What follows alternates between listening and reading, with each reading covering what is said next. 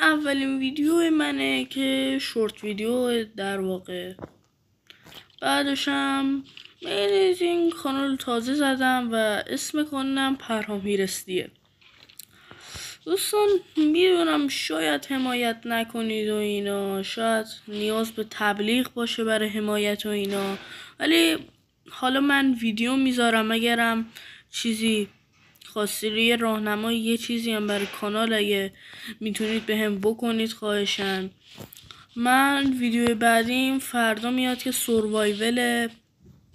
سوروایولم رو شروع میکنم و بعد سوروایولم که میرم سراغ چیز بعدشم میرم به ادوارز و اینا، بعدشم همکاری و اینا هم میکنیم، چالشی و اینا. آره دوستان اینید میدونم خواهشن این چیز کنید، خواهشن لطفاً بیاید یکم حمایت هم کنید. حالا منم تازه شروع کردم و همین دیگه.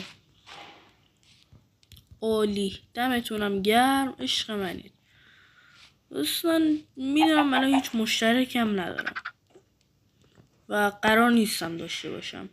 اگه کسی حالا تا آخر ویدیو این شورت ویدیو حالا موندش، خواهشن یه دونه اون سابسکرایب رو بزنید که حالا منم حالا دنبال کنید. یه دونه دکمه رو میخواید بزنید و اینا، کار خاصی نمیخواید انجام بدید. خدا وکیلی این مرغ هم حتی با موافقه، مگه نه؟ آها میرید نگاه میکنه، میبینید بهم نگاه میکنه. بیا رشوتو بگیر برو. خب دیگه جان مرسی دیگه. اینم ویدیو طولانی نشه، وقتتون رو نگیرم. فردا اولین ویدیو میاد. حالا اگه کسی یه سابی یه چیزی کردش و اینا، آره دیگه باشه. خدا حافظ.